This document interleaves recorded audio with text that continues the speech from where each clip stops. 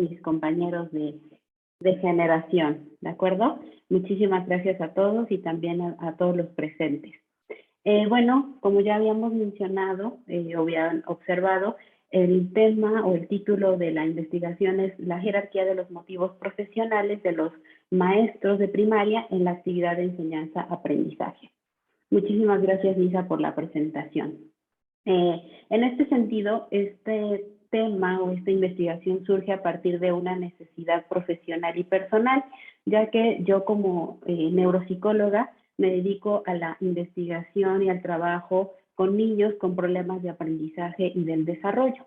En este sentido, hacemos énfasis pues, en la investigación de los aspectos cognitivos, pero también de los aspectos emocionales y de cómo pues estos se ven apoyados o beneficiados a partir de uno de los agentes primordiales, que es el profesor.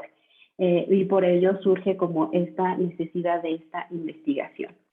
En este sentido, esta investigación está enmarcada dentro del enfoque histórico-cultural con uno de los principales exponentes, que es Vygotsky, y la teoría de la actividad con el estudio de la personalidad basada en Nanterre, y por otro lado, la teoría de la actividad aplicada a la enseñanza con una de las autoras principales, que es la doctora Nina Talísina. Podemos ver que en este sentido, desde este paradigma, la periodización del desarrollo, se observa que en diferentes edades, ¿no? En las edades psicológicas podemos ver situaciones sociales importantes del desarrollo, pero también actividades rectoras que son primordiales en cada una de estas etapas. Por el lado de la edad escolar podemos ver que son los estudiantes o los sujetos que están aquí como aquellos que su principal enfoque tiene que ver con los estudios escolares.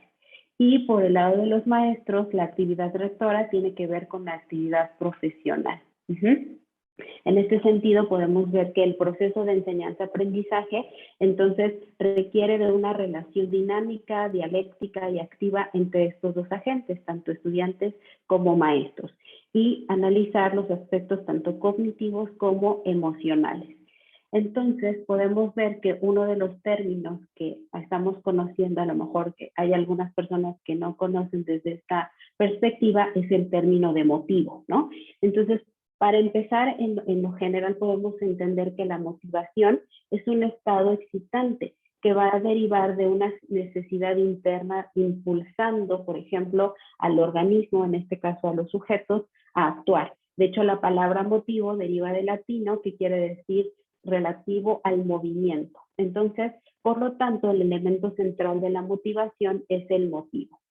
Desde la postura de la teoría de la actividad se retomaron las tipologías de motivo en términos de motivos internos o cognitivos, en el caso de los maestros, cuyo motivo primordial pues es la organización de la enseñanza, y en el caso de los alumnos pues es la apropiación de los conocimientos.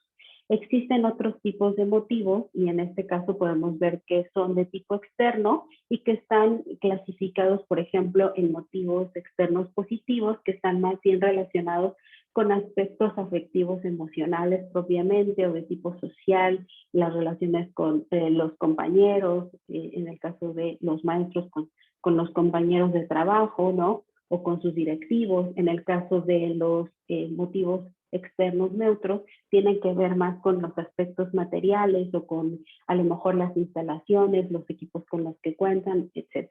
Y en el caso de los motivos externos negativos, tiene que ver a lo mejor con experiencias desagradables relativas a su propia experiencia en este proceso de enseñanza.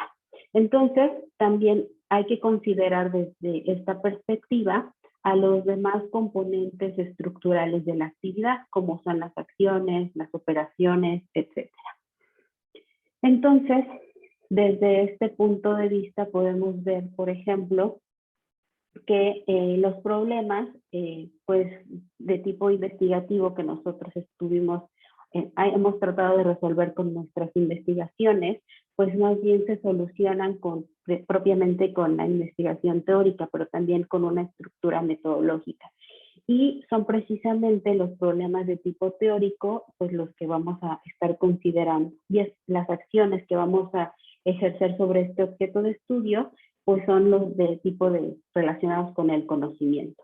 Por lo tanto, nuestro objetivo general es analizar la jerarquía de motivos profesionales de los maestros en las escuelas públicas y privadas en la actividad de enseñanza-aprendizaje. Por otro lado, podemos ver lo que serían las preguntas de investigación, las principales y secundarias.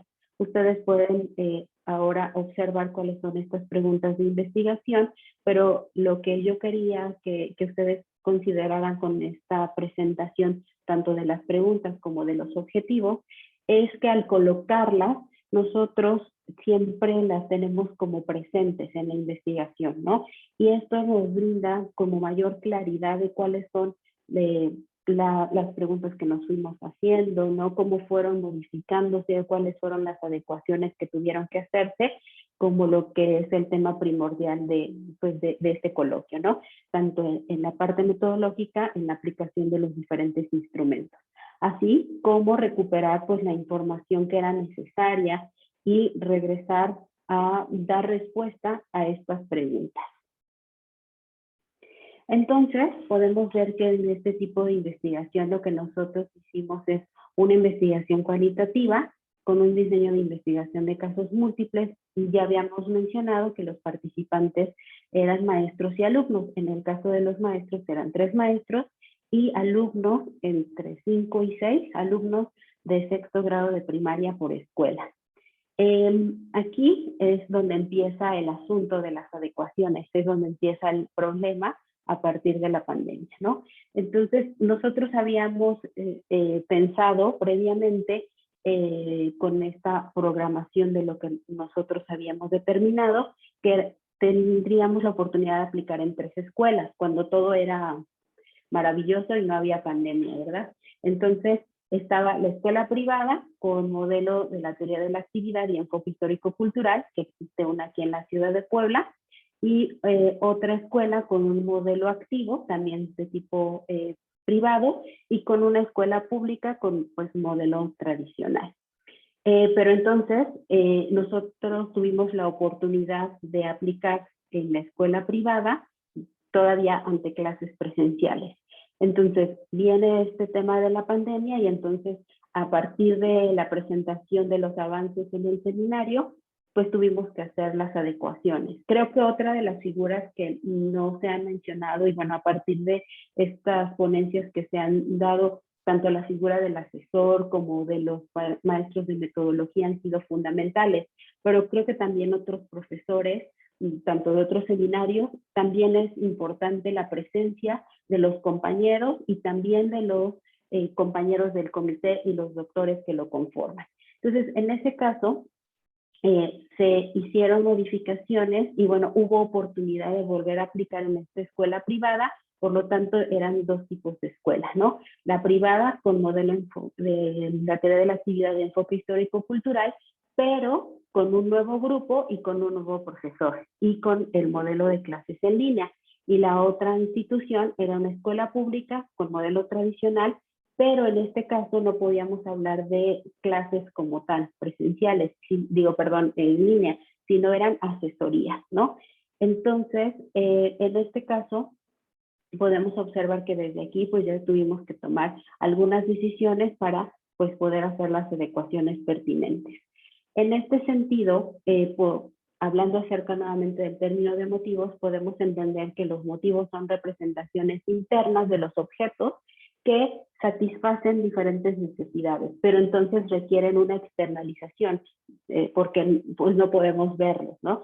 Necesitamos entonces la aplicación de estos instrumentos que están aquí colocados. La entrevista semi-estructurada se aplicó de manera individual con maestros, por otro lado también se aplicó con los niños, una guía de observación de clase porque hubo oportunidad de una videograbación de la clase, y narrativas aplicadas tanto a alumnos como maestros. En el caso de los niños se hizo el énfasis en el tema de la escuela y en la narrativa de los maestros, pues en las experiencias y su historia como profesional.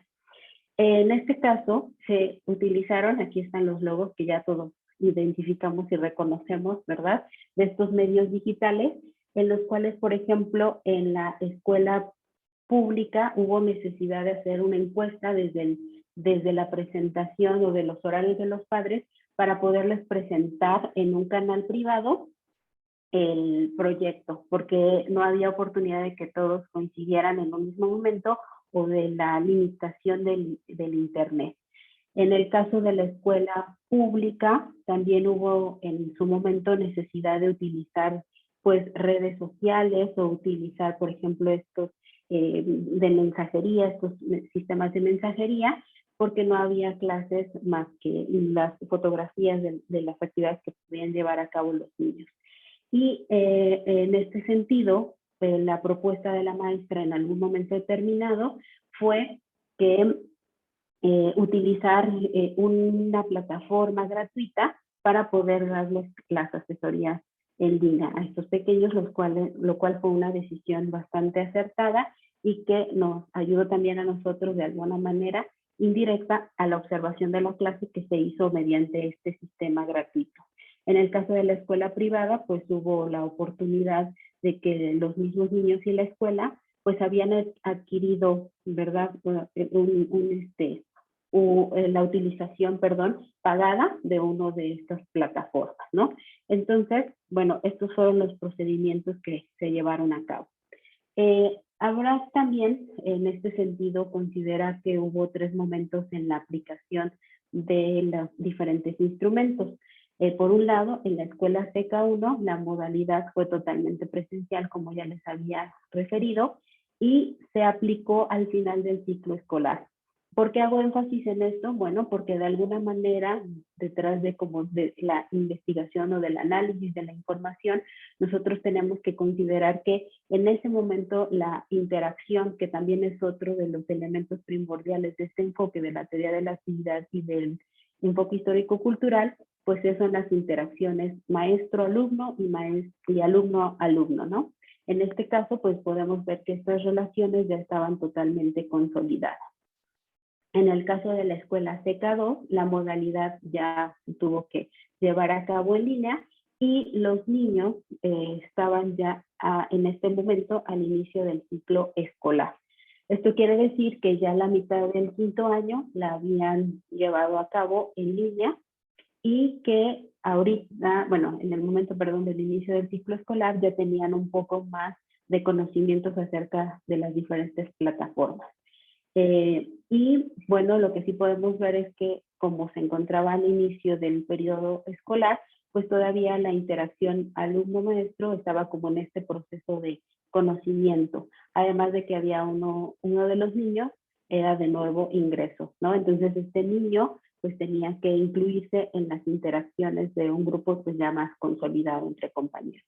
Y por otro lado, en la escuela SEA, la escuela pública, la modalidad era en línea, con asesorías como les mencionaba. De hecho, llevaban 2 meses aproximadamente de haber iniciado las asesorías en línea con esta propuesta de la maestra en la que se vieron beneficiados por la mayoría de los alumnos. Desafortunadamente no en su totalidad porque no todos los niños tenían esta facilidad del internet o de un celular propio. Y esta aplicación se llevó a cabo en la mitad del ciclo escolar. Algo que podemos observar dentro del análisis es una ventaja es que ellos ya habían tomado clases presenciales con la maestra en el 5º año, o sea, un año previo, ¿no? Entonces ya la conocían físicamente, ¿no? En cuerpo, como uno de los niños mencionó. Uno de los cambios que se hizo en las preguntas para los niños era cómo te sentiste cuando tuviste que tomar clases en línea. En el caso de la escuela CK1 se le había hecho la pregunta de cómo se sentiría, ¿sí?, si tomara clases en casa. Y las respuestas de los niños casi en todo fue no me lo imagino, no sabría qué hacer, extrañaría a mis amigos. Uno mencionaba que estaría enojado porque no tendría la posibilidad de aprender ni de tener la interacción con los compañeros. Y después se les hizo esta misma pregunta a los niños ya en las clases en línea y ellos mismos pensaban que no sabrían cómo responder ante esa pregunta. Sin embargo, pues en el caso de cómo te sentiste cuando aplicaron o cuando tuviste que tomar clases en línea, la mayoría de las respuestas cuando se les aplicó que hablaban acerca del inicio de la pandemia, pues todos vieron como muy a gusto, ¿no? Estoy en mi casa, no me tengo que levantar, no tengo que salir corriendo, puedo desayunar tranquilamente, etcétera. Pero de alguna manera en las respuestas que vimos posteriormente podemos ver que al transcurso del tiempo ellos mismos decían, no me parecía una buena idea, se pierde oportunidad de aprendizaje, la maestra no, tiene mucho a lo mejor conocimiento, pero no es lo mismo que nosotros estamos pudiendo aprender que yendo a la escuela, ¿no? Entonces realmente ellos valoraban mucho todo este tema. En el caso de los profesores, también se hizo esta pregunta acerca de cómo vivieron este proceso de la pandemia y ellos mencionaban, por ejemplo, de las nuevas herramientas que tenían que manejar y conocer, ¿no? Como esta cuestión perceptiva que ellos tomaban como uno de los principales estímulos o como una de las principales modalidades de aprendizaje que ellos mismos tenían que empezar a aplicar. Por lo tanto, dentro del análisis de los motivos desde la actividad de enseñanza-aprendizaje, considerando a los agentes, tanto al docente como a los alumnos en esta relación indisoluble, en este proceso de enseñanza-aprendizaje dinámico, desarrollador, etcétera, podemos ver que nuestro objeto de estudio no se modificó. Sin embargo, podemos ver que sí hubo necesidad de hacer pues las adecuaciones pertinentes. Algunas de las reflexiones que pudimos observar a partir de este análisis, sobre todo enfocado a las adecuaciones que se tuvieron que hacer de la aplicación de los instrumentos, pues fue que la... Alejandra. Muchas gracias. Que la planificación, organización y aplicación de los instrumentos pues siempre es más viable cuando se cuentan con los recursos necesarios, los cuales no siempre es posible ante los contextos de desigualdad. Y quisiera comentar ya brevemente que me hizo sentido cuando la doctora Cris Perales en la presentación inicial del coloquio, en su conferencia, nos hablaba de esta distribución desigual del acceso al Internet, ¿no? Lo cual, pues los medios digitales a veces excluyen pues a ciertos agentes importantes de la investigación. Y por otro lado, pues las circunstancias ante la pandemia, viendo ya este proceso como de pérdida, de Laura Bárcenas, la doctora Laura Bárcenas hablaba acerca de esta cuestión como de vulnerabilidad, de enojo, de estrés. Creo que una de las reflexiones con una vista de oportunidad tiene que ver que nos conducen a los investigadores noveles y a los, pues también ya con una larga trayectoria, el establecer nuevos parámetros de investigación y vislumbrar las limitaciones que tenemos de la investigación educativa en el espacio virtual. Entonces, por su atención, pues muchas gracias. Muchas gracias, Ale. Ahora quiero invitar a Víctor Vázquez Ibáñez. Él nos va a presentar su trabajo La construcción de sujetos de la educación, un acercamiento desde la discursividad de la clase ética en el contexto afroamericano de una institución de educación media superior en la Costa Chica de Oaxaca. Gracias. ¿Estás listo? Gracias. Adelante, Víctor. Bueno, pues buenas tardes a todos. Voy a proyectar mi presentación.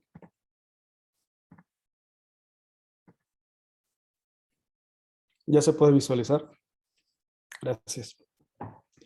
Bueno, igual empezar agradeciendo a todas las personas que han hecho posible este evento.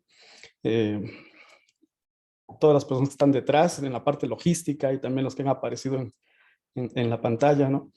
Es una oportunidad para los que estamos todavía en proceso formativo, en este caso en el doctorado de Ibero Puebla, para exponer y para ir compartiendo algunos detalles y algunos elementos de nuestro trabajo de investigación doctoral. En este caso particular, porque creo que así la convocatoria lo requería y en general la temática del evento, como que centrarnos un poco en lo que la pandemia vino a mover o a ocasionar o o a cambiar en nuestros proyectos en nuestros trabajos de investigación y sobre todo en la parte del abordaje metodológico y más concretamente en el trabajo de campo que se estaba realizando. En ese sentido, yo me trataré de ir un poquito rápido en la parte de contextualizar mi investigación para dar un poquito más de tiempo al contarles y al charlar sobre esas adaptaciones precisamente en esa área, en ese aspecto. Pues bueno, ya han leído y ya han escuchado también el tema de investigación. Pasaré a la pregunta y al objetivo que me parecen como claves para orientarnos un poco en relación a lo que estoy pretendiendo conocer o investigar.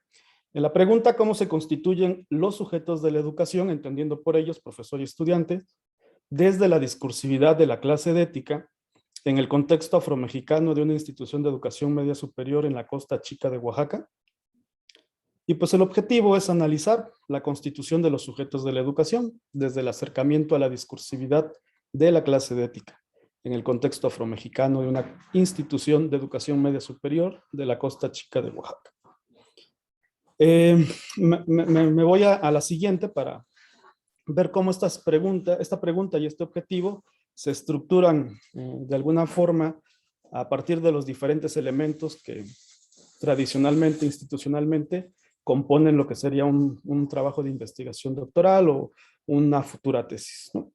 De entrada, pues comentar que el referente teórico que estoy utilizando para la investigación es el análisis político de discurso. Sentado, tiene sus bases en la propuesta teórica de Ernesto Laclau y de Chantal Mouffe, entre otros, que han ido constituyendo como los principios de esta perspectiva, y el anclaje al campo educativo, sobre todo en el contexto nacional, por la doctora Rosanidia Buenfil Burgos, ¿no? Entonces, desde esa perspectiva teórica, me acerco, con esos lentes teóricos, me acerco a esta investigación y propongo un diseño metodológico, originalmente basado en la etnografía, como podemos ir viendo ahí en la diapositiva y en el esquema que les comparto. De esta primera propuesta basada en la etnografía previo a la pandemia, pasamos a una propuesta más cercana a lo que sería la etnografía digital, con ciertas reservas todavía de que en estricto sentido estemos hablando de una etnografía digital. Yo ahí me he tratado de mantener un poquito crítico en ese tipo de apropiaciones, porque de bote pronto uno podría decir, porque usé WhatsApp, porque usé el correo electrónico, ya estoy haciendo etnografía digital. Yo iría un poquito más despacio, un poquito con más cuidado, sobre todo porque esta perspectiva, como creo que también lo anunciaba un poco la doctora Cristina Perales, viene ya desde antes de pandemia. O sea, es una perspectiva por lo menos de unos 30 años en que se viene trabajando en otros contextos. O sea, etnografía digital se hacía antes de la pandemia y tiene su propia línea de argumentación y de desarrollo histórico, ¿no? En otro tipo de contextos, en otro tipo de áreas. Claro, en la educación también algunas cosas se han recuperado. Pero bueno, esta propuesta queda, creo, por lo menos prudentemente, para decirlo de manera prudente, cercana a lo que vendría a ser la etnografía digital, con sus respectivas diferencias de etnografía o etnografía virtual, etcétera, que ya también son todo un rollo. En el caso del referente empírico que yo he elegido, claro, también hay una transición después de este evento coyuntural. Paso de pensar el aula física, que originalmente ahí estaba pensada la realización de la etnografía, era una etnografía hasta cierto punto, sin que quede de manera absoluta pensada ahí, en el ámbito de una etnografía escolar, ¿no? Y pues pasamos al aula virtual y pasamos a las clases en línea. También eso llegó a modificar un poco la elección de los participantes, ¿no? Por ejemplo, originalmente tenía yo pensado trabajar con 2 grupos de nivel bachillerato, del tercer semestre, pero por cuestiones de conectividad, por cuestiones propias de la realización de este tipo de actividades desde cierta virtualidad, pues hay problemas con alguno de estos grupos y al final pues solo nos quedamos con uno de ellos y con el profesor de ese grupo. La caja de herramientas que se tenía originalmente, pues era una caja obviamente etnográfica, ¿no? Con técnicas, instrumentos etnográficos, básicamente dos, la observación participante y la entrevista a profundidad. Con el cambio que provoca la pandemia, aparecen otras técnicas, otros instrumentos. Al final, ahorita mostrar de manera más detallada cómo se fue modificando esto, pero pues al final ocupo tanto el diario de investigación, la observación en línea, el diario de investigación precedido de cierta observación participante presencial, la observación en línea o online, los grupos de discusión en línea y las entrevistas presenciales con sana distancia. Se da la recolección de datos, ahí propiamente el trabajo de campo, y me quedo mucho con esta idea que en algún momento de este proceso encuentro y trato de irla haciendo mía, ¿no? Se pasa de ir al emplazamiento, o sea, se pasa de ir al campo, como es la idea tradicional de la etnografía, a construir el campo, ¿no? Porque precisamente el contexto de la virtualidad invita a repensar la categoría de campo y la acción que el investigador debe realizar de cara a él. Entonces, pasar un poco de esta idea clásica de ir al campo a construir el campo. Y pues bueno, ya lo demás no lo abordaré, no lo ahondaré, sino nada más comentar algunas consideraciones éticas que pues evidentemente también se modifican o se acentúan a partir del contexto de pandemia. Les quiero compartir un poco la temporalidad en la que se fue dando esto en mi trabajo de campo. Hay una gestión de entrada previa a la pandemia, más o menos por ahí del noviembre del 2019 a enero del 2020, ¿no? Una tímida gestión de entrada, y luego ocurre la aparición del COVID, y entonces hay un parteaguas ahí, ¿no? En la línea temporal. A pesar de ello, realizo una inmersión a la comunidad. Es una comunidad, cabe aclarar que es una comunidad del estado de Oaxaca, aproximadamente unas 10, 11 horas de la capital, perteneciente, como escuchaban y leían en el título, a la Costa Chica. La Costa Chica es una región pegada o cercana a lo que es Guerrero, y decido realizar previo sondeo, previo diálogo con los porteros, previa consulta también con mi asesora y demás, una inmersión en julio del 2020. Realizo una segunda inmersión en septiembre, y a pesar de estas inmersiones, que ahorita comentaré algo acerca de ellas, se decide realizar la observación virtual de las clases que este profesor iba a tener con los estudiantes en ese semestre, ¿no? Aproximadamente de octubre a diciembre de 2020. Se generan grupos de discusión casi al terminar este semestre, y luego, pues bueno, pasan unos meses y decido realizar una tercera inmersión en mayo de 2021, teniendo en cuenta, en todo el proceso se tuvo en cuenta la semaforización y las condiciones propias de la comunidad y de los que ahí habitaban, vía diálogo con las personas que funcionaron o que han servido como mis porteros, ¿no? Realizo la tercera inmersión en mayo de 2021, y en esa tercera inmersión realizo las entrevistas presenciales, ¿no? Con sana distancia, que así es como una manera rápida de llamarles. Y pues bueno, con ello termino la realización o la aplicación de los instrumentos para la recolección de mi corpus. A partir de eso, pues bueno, empieza el proceso de análisis de la información. Estas adaptaciones metodológicas en el trabajo de campo creo que pueden como dimensionar un poco los vericuetos por los que uno va pasando durante este proceso a través de esta tabla, que me ayuda a tenerlo como de manera panorámica, y a ustedes les puede también orientar un poco en qué cambios se fueron generando.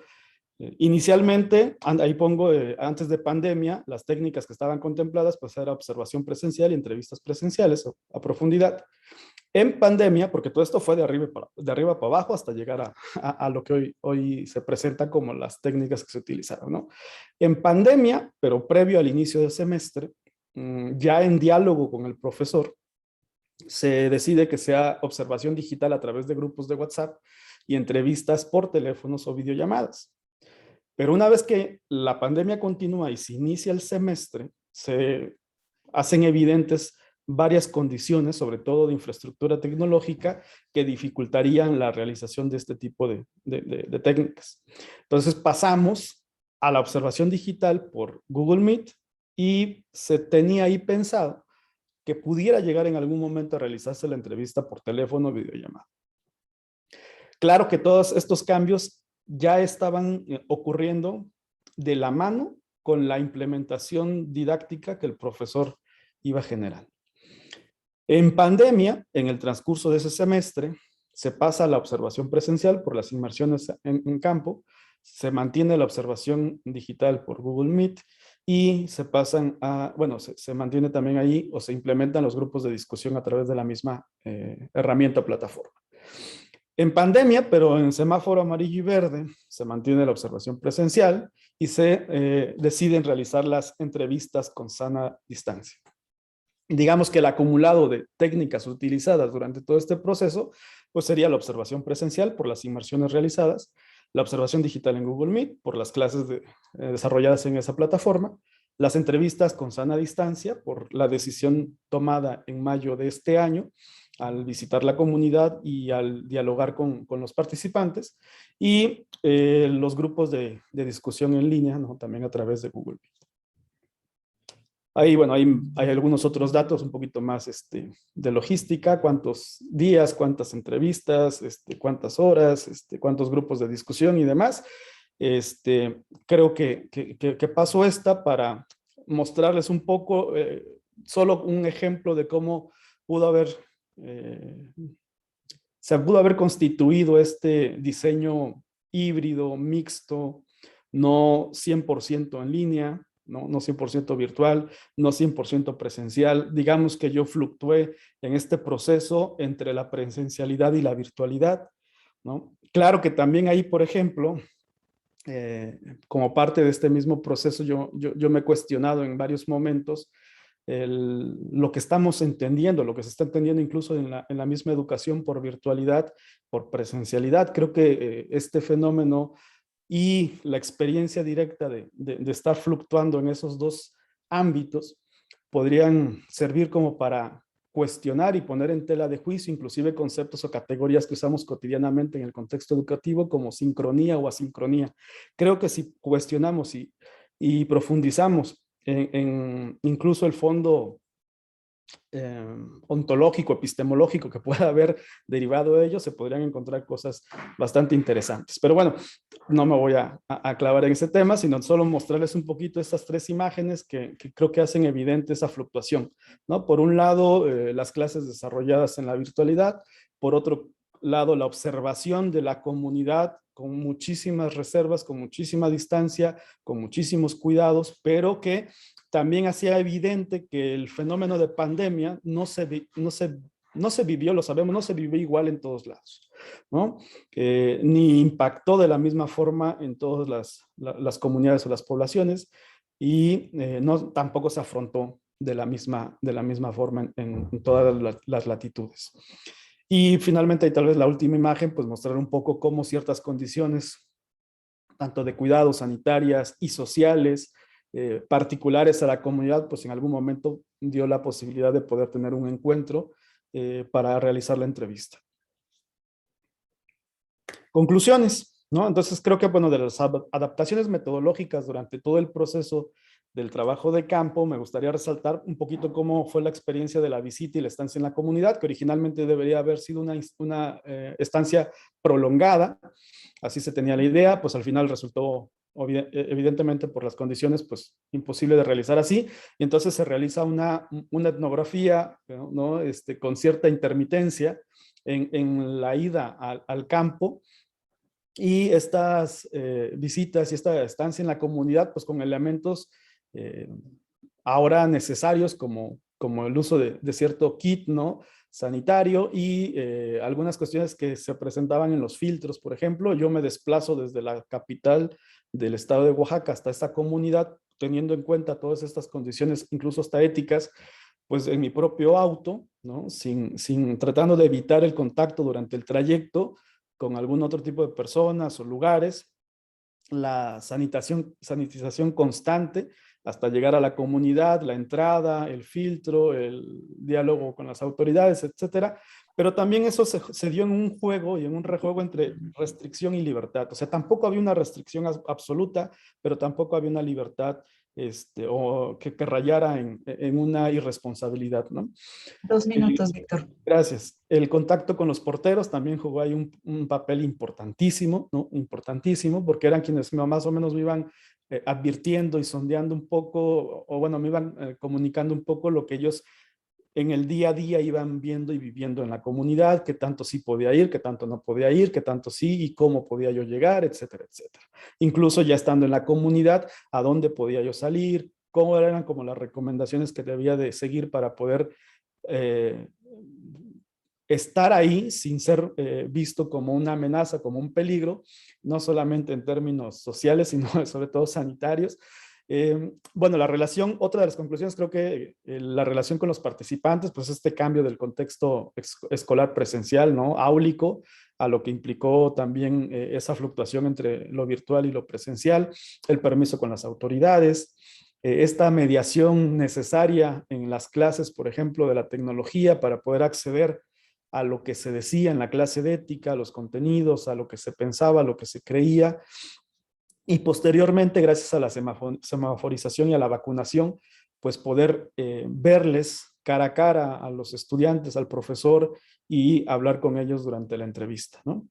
Algunos aportes metodológicos que creo que podríamos como vislumbrar a partir de este tipo de experiencias. En mi caso, por ejemplo, noto una incidencia fuerte en esta situación, en este evento empírico, fáctico. Es una emergencia que viene incluso desde la propia perspectiva teórica que manejo para esta investigación, como un elemento dislocatorio, ¿no? Viene a trastocar incluso hasta el objeto de estudio, porque se empiezan a colar algunos elementos o algunas categorías y demás. Pero bueno, ahí les dejo ya, está el resto de las conclusiones, no faltaba mucho, muchísimas gracias. Muchas gracias, Víctor. Ahora le quiero ceder la palabra a María Rosario Maya Reyes. Ella nos va a presentar su trabajo, análisis de las acciones que llevan a cabo el docente y los padres de familia para preparar al niño para la escuela. Adelante, Rosario. Si quieres poner en modo presentación. Sí, muchas gracias.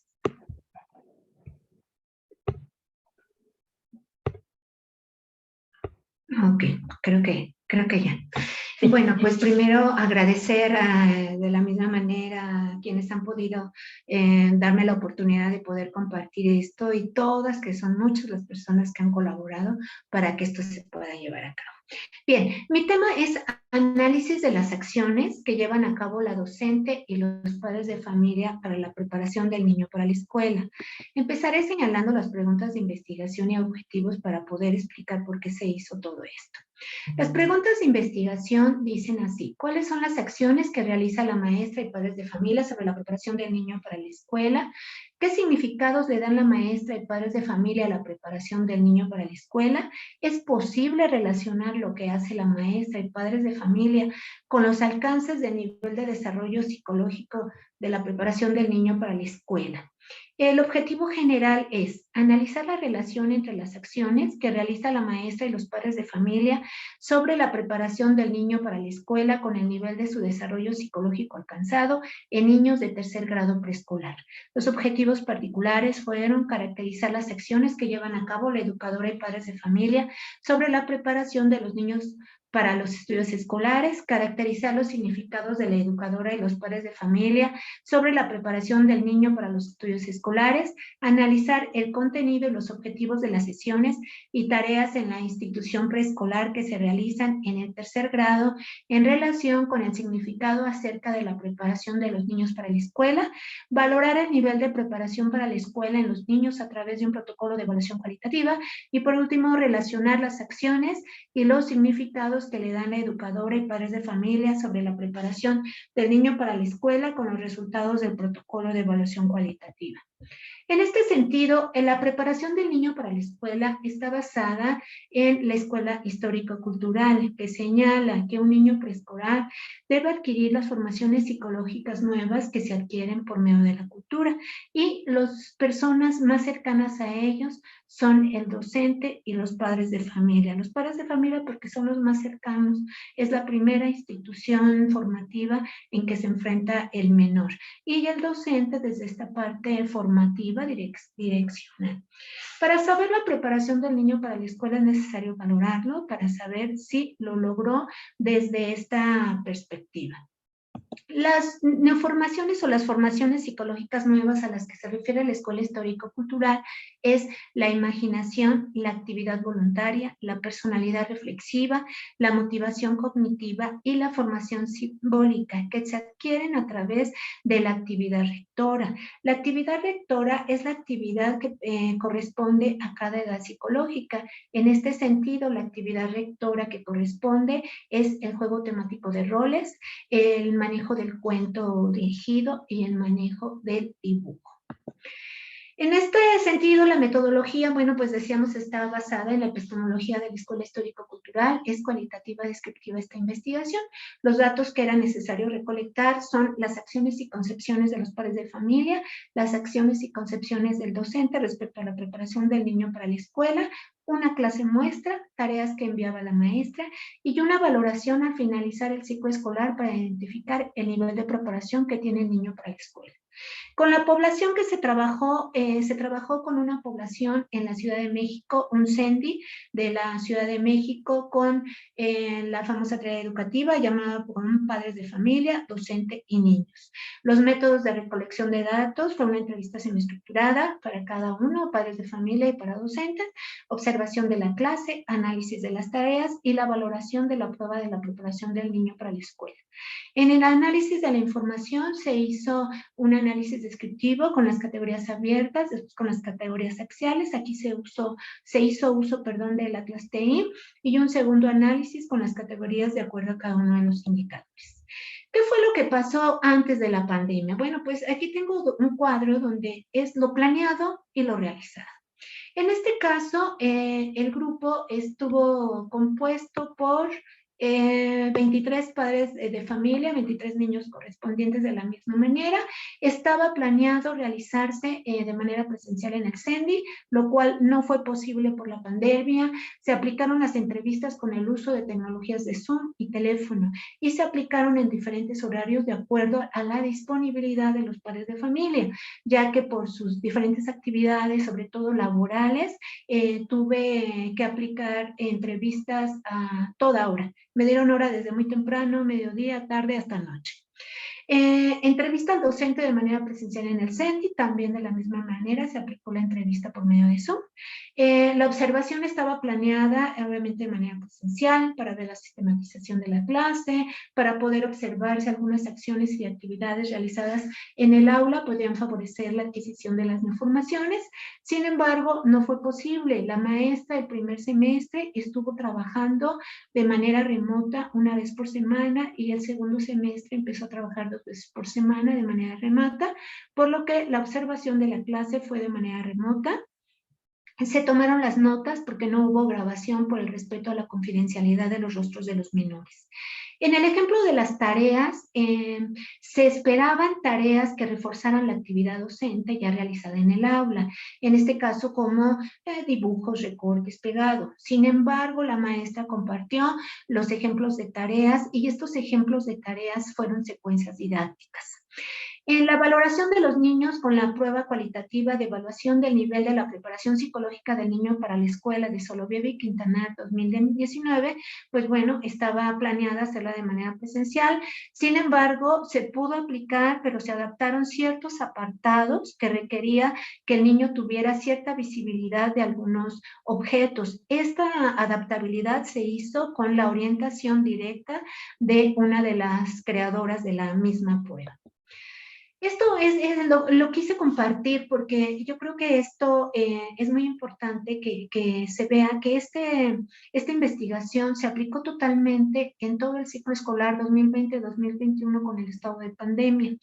Antes de octubre, noviembre, se hizo toda la parte de gestión, que fue un poquito complicado porque estaban cerradas oficinas gubernamentales hasta que no las abrieron. Entonces se pudo hacer todo este movimiento para que pudieran dar el visto bueno y poder empezar con esto. Previo a la entrevista se hizo una reunión vía Zoom con todos los padres de familia, con la directora, con la maestra y con la psicóloga del CENDI para explicar de qué se iba a tratar esta investigación. Después, en octubre, noviembre, se aplicó la entrevista semiestructurada a los padres de familia. En octubre del 2020, la entrevista semiestructurada a la maestra de grupo. Con la esperanza de que regresáramos de manera presencial, se prolongó hasta febrero el poder observar la clase por vía Zoom, se tuvo que hacer así. Y en ese mismo tiempo, la maestra compartió también sus tareas que enviaba a los padres diariamente por WhatsApp para que la entregaran a las 4 de la tarde. Ella la enviaba temprano, antes de las 10 de la mañana, para que los padres la pudieran realizar y la entregaran antes de las 4 de la tarde. Esperando también a la misma manera que pudiéramos regresar a parte presencial, pues aplicó hasta abril-mayo, que era donde correspondía la aplicación de la prueba de la evaluación de la preparación psicológica del niño para la escuela. ¿Qué fue lo que se encontró en la entrevista de los padres de familia? Con los padres de familia, bueno, como decía anteriormente, se adaptaron a las circunstancias temporales que ellos tenían, pero los padres estaban ávidos de ser escuchados. Aquí les quiero compartir que, pues bueno, esto yo creo que nunca aparece en nuestras investigaciones, pero hubo padres de familia que lloraron algunos padres de familia porque no sabían qué hacer. Otros padres de familia decían, bueno, yo tengo que trabajar, ¿a qué momento tengo que aplicar todo esto?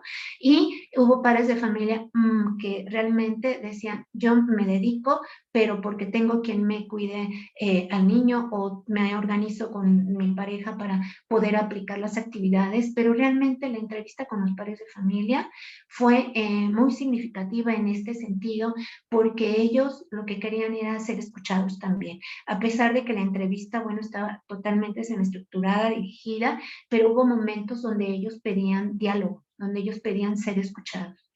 En la entrevista al docente fue muy interesante también poder dialogar con ella, con esta preocupación de poder tener que hacer sus tareas, sus actividades y que los padres de familia respondieran y trabajaran colaborativamente con ella, o bien que realizaran las tareas, que pudieran de alguna manera llevar ese seguimiento mutuo. Esa es mucha de la preocupación que compartía la docente.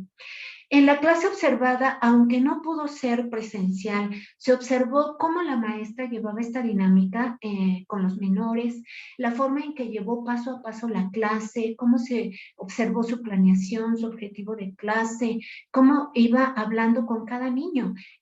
Como vieron en la lámina anterior, en febrero fue cuando se observó la clase. Ya para entonces muchos padres de familia ya no tomaban las clases con sus niños, es decir, ya no ponían a los niños en Zoom, por lo que en la clase únicamente estuvieron 9 menores.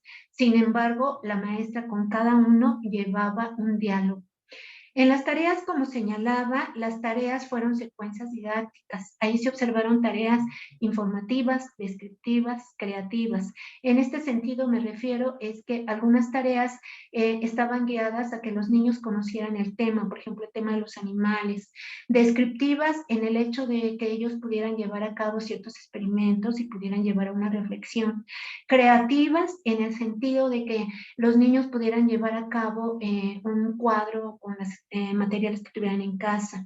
Y los videos que compartió eran ritmos y cantos para que los niños pudieran trabajar su coordinación motriz, la manipulación de objetos. En la valoración de los niños, no todos accedieron a la prueba porque se aplicó, decíamos, en el mes de abril y mayo, que ya se terminó el ciclo escolar, y muchos padres no fueron localizados, por lo cual de los 23 padres únicamente se pudieron abordar a 19 de esas 19 entrevistas se pudieron aplicar 18 entrevistas porque de esas 19 valoraciones solamente se pudieron aplicar 18, porque en una valoración un menor presentó una conducta caótica y no accedió a realizarla, por lo cual esa valoración no pudo llevarse a cabo. Sin embargo, las otras 18 se pudieron llevar a cabo con un aproximado de 45 minutos. Lo que se observó ahí es que los niños ya estaban muy familiarizados con la cámara. Los niños no se intimidaban, digamos, por abrir la cámara, por preguntar, por observar, por acercarse incluso a la cámara. Entonces, eso fue algo muy interesante. También algo muy interesante, y creo que fue muy impactante, poder ver los diferentes tipos de ayuda que cada niño necesitaba. En este caso me refiero, por ejemplo, hubo niños donde sí estaba papá y mamá con ellos, que se veía estar al pendiente de ellos, pero hubo niños donde los padres estaban a un lado, dejaban al niño totalmente solo, cosa que fue maravilloso, pero hubo un caso que me llamó mucho la atención, donde dejaron al niño solo, le pusieron la cámara y se fueron. Entonces, cuando el niño escuchó que le hablaba el hermano menor, estoy hablando de un niño menor de 6 años, escuchaba el hermano menor, se paró, lo atendió, regresó y me dijo, me fui porque me habló mi hermanito, pero estoy aquí, ¿no? Y continuamos la evaluación. Entonces, eso precisamente que no aparece por escrito, ¿verdad? Tantas cosas que uno vive en este tipo de experiencias. Fue realmente muy interesante ver cómo cada niño estaba adaptado de acuerdo a la situación social que estaban viviendo en familia y en la dinámica de trabajo que se estaba dando con el ámbito escolar.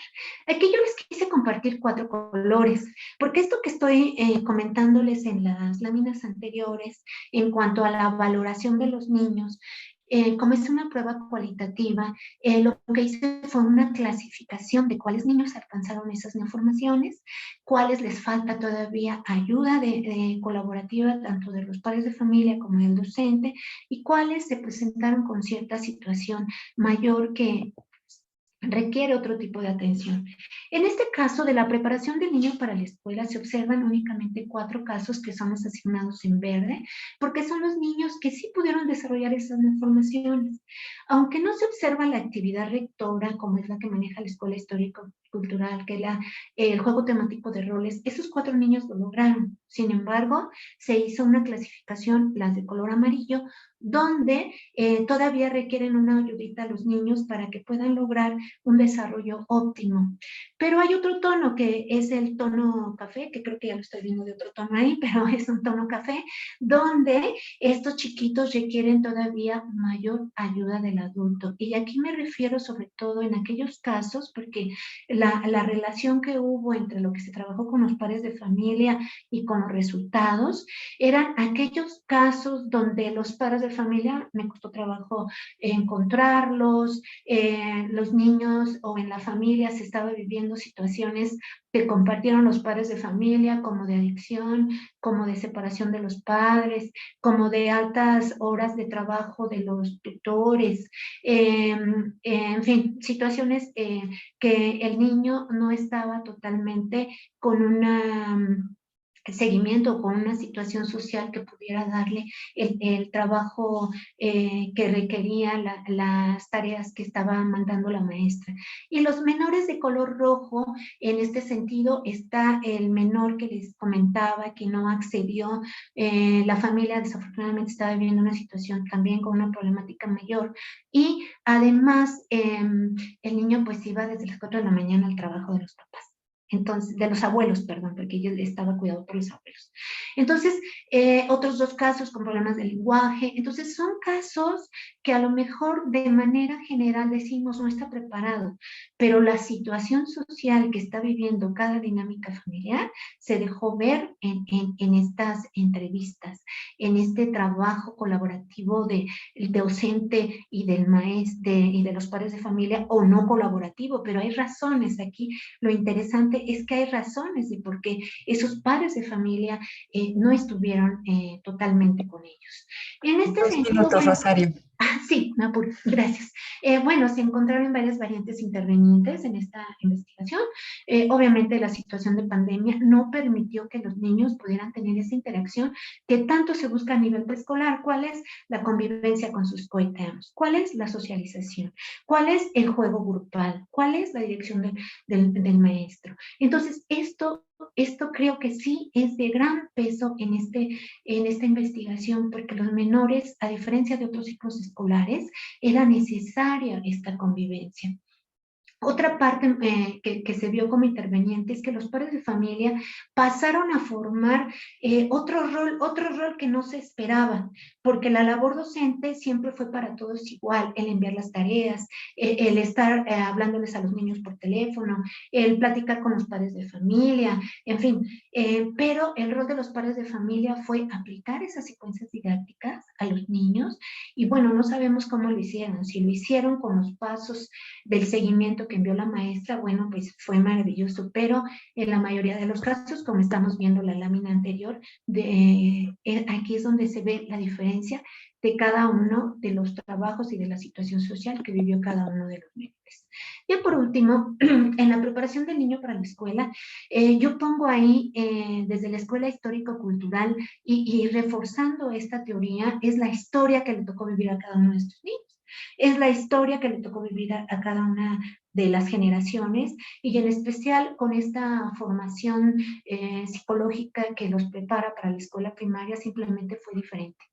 Quienes estuvieron en tono verde y amarillo, ya terminó esta lámina, fue aquellos padres de familia que estuvieron en colaboración con el docente y realmente estuvieron trabajando muy de la mano. Pero también hubo padres de familia que se separaron totalmente del sistema educativo, y el trabajo docente pues siempre estuvo al pendiente. Y ya por último, este comentario nada más, la preparación del niño para la escuela, lo que deja ver en esta investigación es que la actividad lectora no está. Se requieren señales a los padres de familia a jugar con sus niños. Los padres de familia lo que querían eran planas, traen la base de la escuela tradicional, y el docente pues también poder integrar lo que prepara al niño para la escuela, estas sugerencias de la escuela histórico-cultural, de poder trabajar con la actividad lectora y poder darnos cuenta que por lo menos a nivel preescolar, a nivel pandemia, quienes hicieron la diferencia del desarrollo de las informaciones pues fue el trabajo que hicieron los padres de familia. Muchas gracias por su atención. Muchas gracias, Rosario. Pues bien, es momento hemos llegado a este espacio para poder dialogar o poder compartir estas preguntas o comentarios que tengan al respecto de los trabajos que han realizado Alejandra, Víctor y Rosario. Es momento de poder entablar el diálogo. Doy una mirada ahora hacia el chat para hacer lectura, si es que hay algún comentario o pregunta, y lo empiezo a continuación. María Eugenia de la Chaucé dice: muchas felicidades por sus avances y muchas gracias Ale, Víctor y Rosario por compartirnos sus adaptaciones metodológicas. Una pregunta para todos: si tuvieran que volver a iniciar el trabajo de campo, ¿qué cambios harían a las adaptaciones metodológicas que hicieron? ¿Qué mejorarían? ¿Qué modificarían? ¿Por qué? También. Si quieren, arrancamos con esa, y bueno, ahora sí que en libertad cualquiera de los tres quien quiera tomar la palabra, y así vamos respondiendo las siguientes.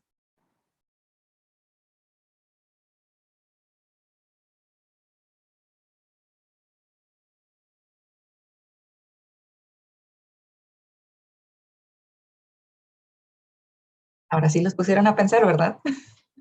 Sí, porque, bueno, a ver, empiezo, porque Adelante. es un poquito complejo, ¿no? De entrada, regresar al inicio del trabajo de campo. Claro, si se mantiene el contexto de pandemia, o sea, en ese mismo contexto, ¿qué modificaciones haría yo a las adaptaciones que hice? Pues creo que, por ejemplo, yo cuando inició el trabajo de campo y tuve que pensar en esta idea de participar dentro de la clase en línea, es decir, conectarme como un estudiante más en la plataforma de Google Meet y estar ahí, uno de los detalles que me conflictuaba mucho era el grado de participación durante la clase, porque tal vez en el aula podías como ser una observación más participativa, pero no sabía si metodológicamente desde la virtualidad, ¿no? Desde la plataforma también podías como de repente participar o no. Al final, mi rol fue un poco pasivo al inicio de esas primeras clases en línea. Entonces creo, solo por responder de una manera y de manera pronta a esta pregunta que creo que implica como una reflexión más amplia, una de las cosas que cambiaría sería como mi forma de involucrarme y de interactuar más a través de las mismas herramientas tecnológicas que al final acabé utilizando. Ejemplo, mi participación durante la clase que el profesor impartía, ¿no? Y no tener un rol tan pasivo al inicio.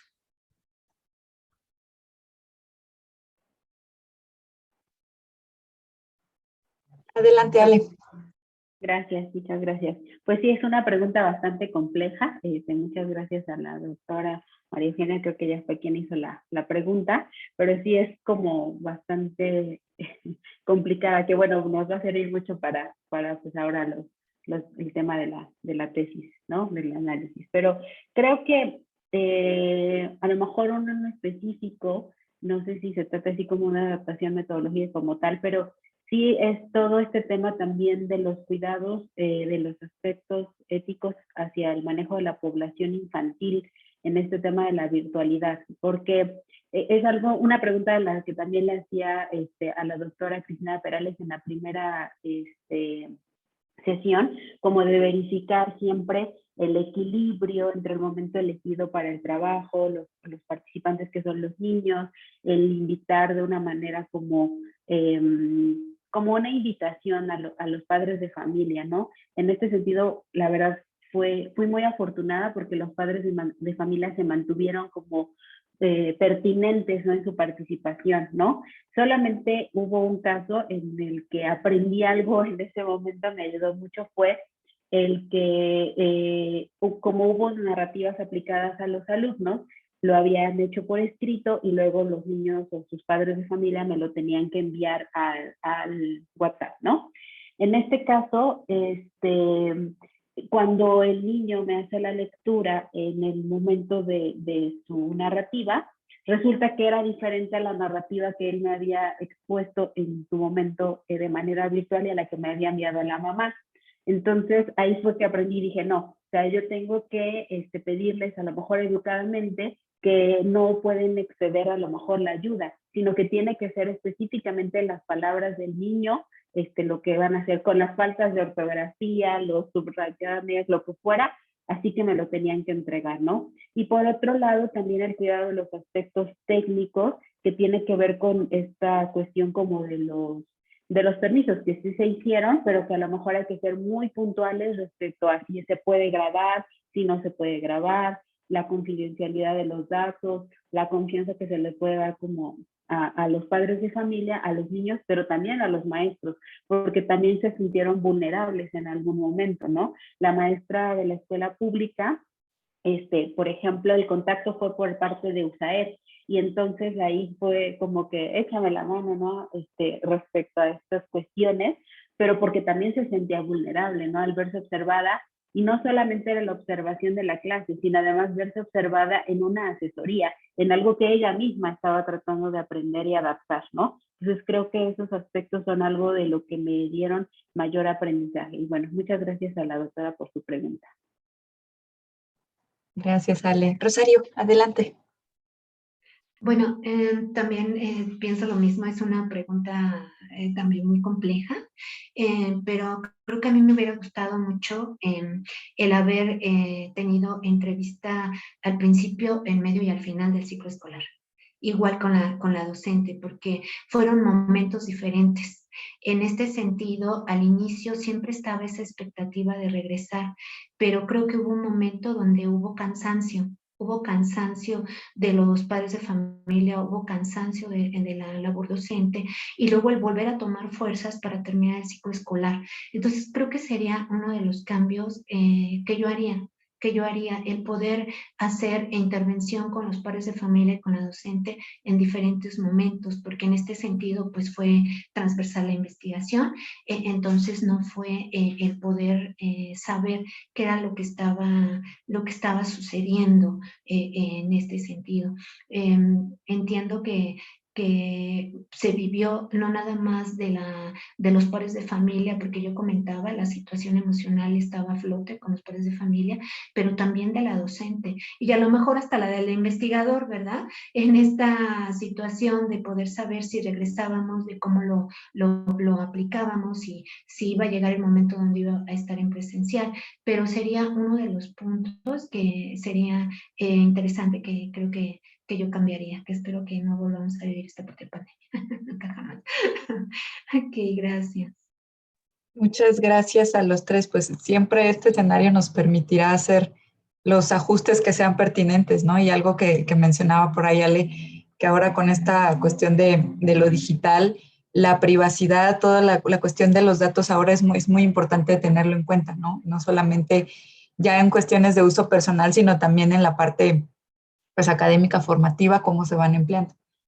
Sigo con los comentarios y ahora también María de los Ángeles López comenta, quizá se pueda dar un giro a la investigación, pues lo reportado ya se sabe sin hacer una investigación, quizá el estudio de caso sea más conveniente. Por otro lado, Laura Bárcenas comenta, muchas felicidades a Ale, Rosario y Víctor, y pregunto, a pesar de las condiciones de la pandemia y de lo que tuvieron que hacer para adaptar el trabajo de campo, ¿lograron los objetivos de investigación planteados originalmente?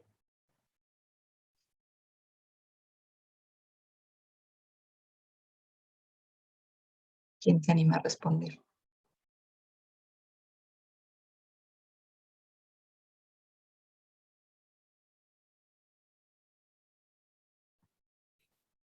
Parece que, bueno, puedo empezar.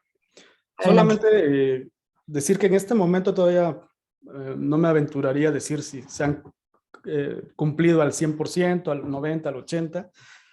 Pareciera que lo que trastocó la pandemia sí modificó algunas cuestiones de la investigación, pero no imposibilitó el hecho de seguir caminando de cara a esos objetivos planteados. Por lo menos en mi caso, se está haciendo el análisis de esa constitución de la subjetividad, así como se había originalmente pensado, pero con elementos que emergieron a partir de la pandemia, ¿no? Y que evidentemente sin ella tal vez no hubieran estado presente y entrado en juego en el análisis que estoy realizando. Entonces, creo que podría sintetizar diciendo que todavía no sé si se van a cumplir al 100, pero no me ha desviado del camino originalmente planteado. Gracias, Víctor. Rosario, Alejandra, ¿alguna de las dos que quiera responder o adelante? Yo también considero que no me desvió esto, pero sí fue diferente. Fue diferente, y creo que retomo nuevamente la escuela histórico-cultural, ¿no? Es la historia que les tocó vivir a esta generación, que le tocó vivir a estos menores, que le tocó vivir a estos padres, y eso es lo que se está reportando. Es decir, el objetivo no movió, lo que movieron fueron las condiciones, cómo se estaba presentando, que eso no estaba dentro del objetivo, pero fue el momento histórico, digámoslo de esta manera, en que se dieron las condiciones. Entonces, algo que yo ponía al último, y lo puse incluso con letras chiquitas, ¿no? Para que no se me olvidara, es que este momento fue diferente, simplemente fue diferente, y estos son los resultados. Entonces, eso es lo que yo podría aportar a esto. Gracias. Bueno, Gracias. Adelante. Dale. sí, bueno, en ese sentido yo creo que al igual que Rosario, el enfoque es histórico-cultural y a la historia de la actividad, y considero que sí se cumplieron como varios de los objetivos, pero tal vez, no sé, mi formación es como muy cuadrada a lo mejor, y yo tenía como expectativas muy con respecto a las clases, a las actividades, que realmente fueran como muy claros, que los profesores declararan o que se observara muy claramente cuáles eran sus motivos, ¿no? Y a lo mejor en ese sentido pues tuve que hacer un interjuego entre lo teórico, pero también entre lo aprendido durante mi experiencia con estos profesores, ¿no? Y respondiendo un poquito a la otra pregunta, no sé si me estoy adelantando a lo que comentaban, si aún hizo falta algo de trabajo de campo que haya sido esencial. Pues yo considero que sí. Obviamente no es lo mismo el escenario virtual que el escenario de la presencialidad, y a lo mejor la oportunidad que te da la presencialidad es justamente a lo que decía la doctora Cristina Perales, pues ver a las personas, en este caso a los agentes de maestro y alumnos, pues su situación más natural. Y en este caso, pues obviamente dentro del escenario virtual, pues no fue posible, porque fue en un momento diferente, y a lo mejor pues la urgencia del momento no permitió ver pues otros aspectos, pero sí identificar otros dentro de este sentido, ¿no? Gracias. Gracias. Nos quedan un aproximado de 12 minutos, entonces voy a continuar con los comentarios. Luz del Carmen comenta: felicidades a los ponentes. En relación con la pregunta de Laura, aún suponiendo que alcanzaron los objetivos, ¿les hizo falta algo en el trabajo de campo que creen haya sido esencial en un escenario presencial?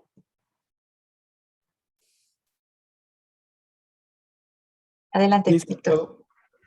Bueno, yo ahí difiero un poco de Ale y también me guardo un poco de distancia con la pregunta, porque, o por lo menos desde esta perspectiva como la estoy interpretando, porque creo que no hay o no debería haber cosas esenciales, en el sentido de ¿para qué estamos formándonos como investigadores si no es para la emergencia, para la incertidumbre?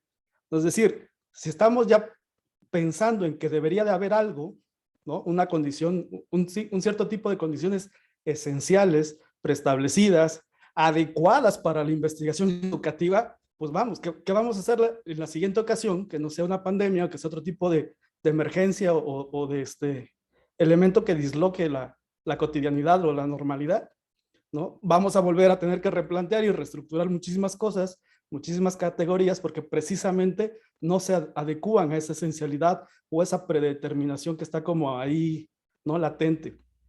Creo que más allá de eso, tenemos que pensar precisamente en cómo adaptar tanto las investigaciones en el ámbito educativo como los diseños metodológicos, de tal manera que logre caber en esos mismos diseños la flexibilidad, la incertidumbre, lo contingente. O sea, pareciera que requerimos y que necesitamos de lo necesario, ¿no? Y que cuando la contingencia nos asalta, como en esta ocasión, pues nos cuesta trabajo. Vaya, no es que no nos cueste trabajo, sí nos cuesta trabajo y nos costó, pero creo que más que esperar lo otro, tendríamos que ver cómo nosotros nos movemos para adaptarnos a ese tipo de circunstancias que seguro van a estar presentes y de forma muy constante, ¿no? A partir de ahora, no solo por pandemia, sino por circunstancias sociohistóricas que, bueno, se van presentando día con día. Gracias, Víctor. El siguiente comentario lo que dice es... Ay, se me fue. María de Los Ángeles dice: ¿qué modificaría la maestra de preescolar cuando se da cuenta del niño que no responde? Presentar la diferencia de los padres apoyados y los que no, tomar en cuenta el desarrollo cognitivo y la relación con el contexto y la cultura.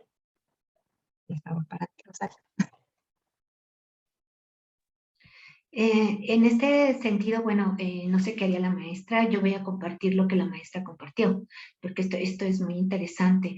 Cuando la maestra compartió una clasificación de cómo tenía a los niños de acuerdo al alcance que llevaba en su programa, y yo ya tenía esta valoración, aquí la situación es que estamos hablando de dinámicas de familia. Es decir, la maestra con todos hizo lo mismo, a todos los buscó, a todos les mandaba las tareas desde temprano por el WhatsApp, las recibía, en fin. Aquí lo que queda al descubierto es que cada familia tiene una situación social diferente para cada niño, ¿no? Y que este caso, por ejemplo, que yo expongo, donde el niño presenta una actividad muy diferente al resto de los niños que pudieron estar 45 minutos en una valoración por cámara, en realidad no es el niño, es toda la situación familiar, ¿verdad?, que está presente en esta formación del niño. En este sentido, tampoco hablamos de, por ahí hablaba de desarrollo, hablo de formaciones psicológicas nuevas, ¿no? Es decir, lo que requiere el niño como actividad rectora para que pudiera acceder a la cámara, ¿no? Que pudiera de alguna manera controlarse y responder. Esto no lo logró el niño, pero en realidad yo siento que estamos hablando de la dinámica familiar. Repito, la maestra hizo lo mismo con todos. Al final, pues no se contactaban los niños. Este caso, por ejemplo, que el menor está desde pequeño, le pone la cámara, está la cámara apagada, como ella lo decía, yo no sé qué está pasando atrás también, ¿verdad? Entonces, yo creo que la respuesta es más compleja. Es más compleja que únicamente hablar de desarrollo cognitivo en este caso, ¿no? Tenemos que hablar de situaciones sociales, tenemos que hablar de dinámicas familiares, de qué fue lo que tuvieron que hacer los padres de familia para contactar a la maestra, para tener al niño ahí, porque los padres tenían que seguir trabajando. Y este caso especial, por ejemplo, no estaba a cargo de la mamá, estaba a cargo de la abuela. Entonces, que eso es otro tema que ya no abordé aquí. Se vio visibilizar de que los padres tenían que ir a trabajar. El tiempo que los niños pasan en preescolar, como lo dijo la maestra una vez, el preescolar para los padres de familia a veces es una guardería. Entonces, en este sentido, ellos tienen que ir a trabajar, pero ahora hay que encargarlos con la abuela, con el hermano mayor, con la tía, en fin, con quien se podía, y quien no, se lo llevaba a su situación de trabajo, ¿no? Entonces, creo que la pregunta es muy compleja, ¿no? Como para contestarla así de pequeñito, ¿no? Nada más dejo visible todo lo que conlleva esta información que se está dando en este estado de pandemia. Muchas gracias. Gracias, Rosario. Alejandra Nieves menciona, felicidades a todos los ponentes. ¿Qué cursos del doctorado les permitieron sortear las adecuaciones metodológicas y cómo se sintieron cuando se cerraron las escuelas? Adelante, Ale. Bueno, pues creo que dentro de los que puedo mencionar son los de metodología, primordialmente, por ejemplo, con la doctora Carlota Guzmán, son uno de los que al inicio tenemos la fortuna de llevar a cabo con ella pues estos cursos de metodología y nos abren como mucha perspectiva acerca de lo que debemos hacer. Y después tenemos la fortuna de cerrar con el seminario de especialización, en donde volvemos con los avances de la investigación y pareciera que a lo mejor ya tenemos resueltos varios de los asuntos, pero ella nos abre más la perspectiva, ¿no? Y nos hace reflexionar acerca de volver a los cuadros que conformamos, de lo que hicimos. Entonces, para mí fue mucha luz el grado de análisis con las herramientas y con todo lo que ella nos brindó, ¿no? Entonces, creo que ese es uno de los cursos que para mí ha sido como más de los que me ha orientado, ¿no? Entonces, pues sí, eso sería. ¿Y qué sentí? Pues yo creo que lo mismo que tú, Ale, nos sentíamos perdidas y compartimos esa experiencia, pero pues afortunadamente creo que con el apoyo de los compañeros y de los directores de tesis y la universidad y todos, pues logramos salir adelante. Gracias.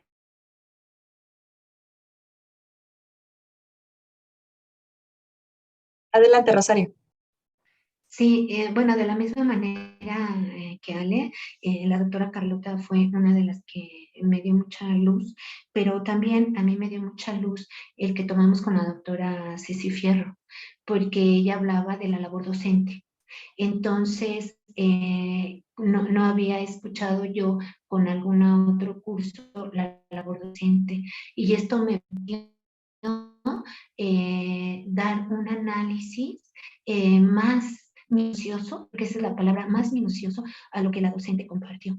Ese seminario me orientó muchísimo, sobre todo para el análisis de las tareas, ¿no? De cómo estaba mandando los trabajos, de qué era lo que estaba haciendo, cómo dio la clase por vía Zoom, y todos, ahora sí que de los demás seminarios, creo que todos fueron aportando su granito de arena, porque era como que darme cuenta un poquito más, era como ir abriendo un abanico, poco a poco, ¿no? Con cada uno de los seminarios que fuimos teniendo, y de la misma manera con mi directora de tesis, con la directora de tesis del comité, las doctoras del comité, que bueno, cada una fue dando una valiosísima aportación, sobre todo en la especialidad de la Escuela Histórico-Cultural, que no es fácil de entender desde mi punto de vista. A lo mejor desde otros es diferente, pero desde mi punto de vista se requiere de la orientación de un especialista. Entonces, eso, ahora sí que invaluable toda esa adquisición de conocimientos en cada uno de los seminarios y de los compañeros en general. Muchas gracias. Gracias, Rosario. Nos queda, yo todavía otro comentario que incluye una pregunta. Voy a hacer lectura a esa y para que podamos cerrar porque nos quedan escasos 2 minutos. Y después hago pues la lectura de los comentarios que sobre todo son felicitaciones hacia los trabajos, hacia ustedes, el proceso que realizaron.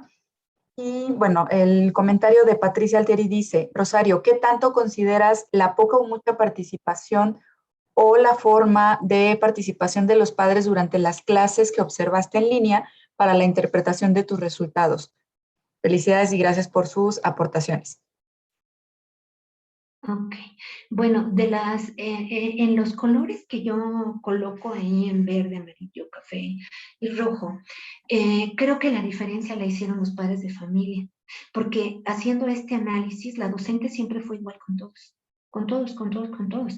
Pero los padres de familia, quienes pudieron con esta palabra mediatizar la información que enviaba la maestra, quiere decir llevar paso a paso desde el objetivo que mandaba escrito y con dibujito, paso a paso, que era lo que tenía que hacer, hasta llegar a un producto que era el que tenían que enviar, o algún video filmado por el niño, lo que fuera. La diferencia creo que le hicieron los padres de familia, pero vuelvo a retomar este punto. Los padres de familia no era su función en ese momento, bien dijo Víctor, fue una situación emergente que ellos adoptaron. Algunos lo adoptaron de manera total, porque incluso veo quien dijo, es que lo que le mandan a mi chiquito pues no le sirve, yo lo que quiero es que aprenda a leer y escribir, ¿no? Traen una mentalidad tradicional. Pero la diferencia la hicieron los padres de familia, también en los resultados de la evaluación, porque ahí vemos cuál es el tipo de ayuda que quiere el niño. Los niños de verde, pues ya lanzados para los conocimientos complejos de la escuela primaria, pero los niños de amarillo, café y rojo, pues requieren la ayuda. Es decir, esos son resultados que dejan observar la función de los padres de familia, ¿no? Entonces, creo, como terminaba al finalizar la ponencia, ¿no? Los padres de familia requieren información, están ávidos de información, de orientación, porque no saben jugar, no saben leer un cuento, no saben dibujar con los niños. Para ellos es ponerles en algunos hasta el videojuego, ponerles el juego que jueguen solitos, ponerles la televisión, y no, el niño requiere interacción. Entonces, el padre de familia requiere una gran orientación para este tipo de trabajo que se está exponiendo. Yo espero haber contestado la pregunta que hizo. Gracias, Rosario. Para el cierre hago lectura de los últimos comentarios. Itzel López dice, felicidades a los 3 ponentes y de pronto arriben esas tesis a un buen puerto. Muy importante lo que dice Víctor sobre la incertidumbre en cualquier escenario de trabajo de campo, en unos más que otros según contexto. Ya leímos la pregunta de Patricia. Y bueno, también por ahí decía Víctor Vázquez, bueno, Claudia, creo que las categorías desde las cuales algunos teóricos de la etnografía digital han pensado la noción tradicional de campo son la de tiempo y espacio. Construir el campo plantea la posibilidad de estar en el campo desde una nueva geografía para el investigador, cuarto por ejemplo, y acceder a él desde su celular o desde su tablet o desde su compu. Esto como un ejemplo, pero hay otros aspectos que se trastocan bajo esta idea. Saludos y muchas gracias. Laura Bárcenas, felicito a los tres. Muy interesantes verlos ya como casi egresados del doctorado interinstitucional en educación. Rosario dice felicidades a los ponentes, gracias por compartir sus experiencias. Víctor, de nuevo, muchas gracias a todas por sus preguntas, felicitaciones y comentarios. Un abrazo. Rosario también, muchas gracias por sus felicitaciones y comentarios. Claudia Trujillo dice, gracias Víctor, me parece interesante el planteamiento saludos y felicidades. Y hay otro que es prácticamente un comentario hacia el cierre, que por ahí lo comentaba la doctora Luz del Carmen, que es gracias a los asistentes y nuevamente a los ponentes. Se tuvo que retirar por una cuestión personal, pero les manda un cálido abrazo y recordarles también que el foro de primavera será sobre el regreso presencial a las escuelas, que seguramente estará abonando mucho en este proceso y que seguramente los estaremos viendo por ahí en este proceso. También Alejandra Morales dice muchas gracias por sus preguntas, gracias Luz. Y bueno, antes se nos ha terminado el tiempo, pero no quiero dejar nuevamente de agradecer esta intervención que ustedes tuvieron de compartir el trabajo que están haciendo desde el doctorado, que sobre todo estos cambios metodológicos, que si bien lleva por ese título este coloquio, pues bueno, da evidencia del trabajo que están haciendo desde sus contextos y es una buena oportunidad de compartirlo en estos espacios. Y hablando también de cuestiones de lo digital, pues nosotros se dieron cuenta que lo grabamos ahora en este momento. Me atrevo a preguntarles si nos autorizan.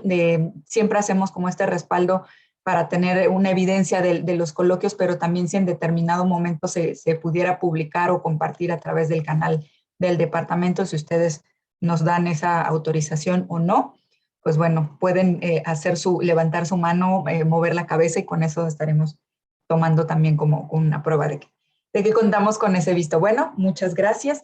Y ahora, para cerrar esta actividad, es importante también hacer este agradecimiento formal. Voy a compartir mi pantalla brevemente porque espero no para hacer la lectura formal, que en este caso tomaré el ejemplo de uno de los compañeros. Me dicen si por ahí ya lo ven.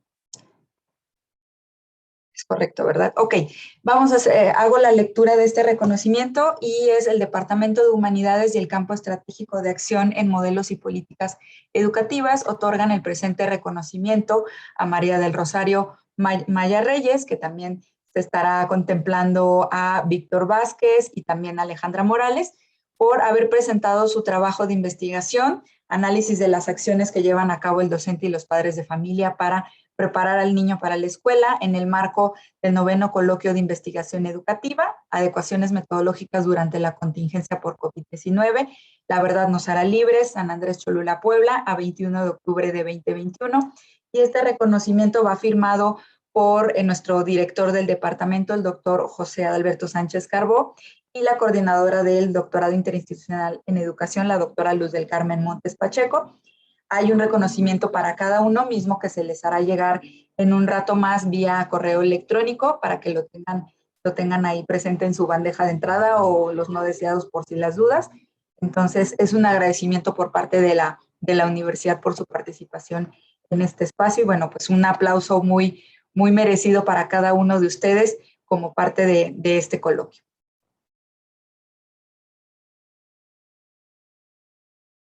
Y pues muchas gracias. Y bueno, una última invitación es recordarles que la próxima semana tendremos el primer ciclo de presentaciones de libros en educación. Entonces, para que puedan acompañarnos también, será sobre este mismo horario. Va a ser una presentación de un libro por cada día, de lunes a jueves. Seguramente ya vieron en nuestras redes sociales, tanto de Maestrías en Educación Ibero Puebla, Departamento de Humanidades Ibero Puebla, y de la propia Ibero Puebla y la Licenciatura en Procesos Educativos hemos compartido el banner, pero también si requieren de más información, pues bueno, desde el correo de SEAMOP hemos estado también haciendo la difusión de este ciclo que tendremos. Entonces, pues les damos nuevamente el agradecimiento y esperamos verlos en el próximo coloquio y en la presentación del libro. Y en este momento detengo la grabación.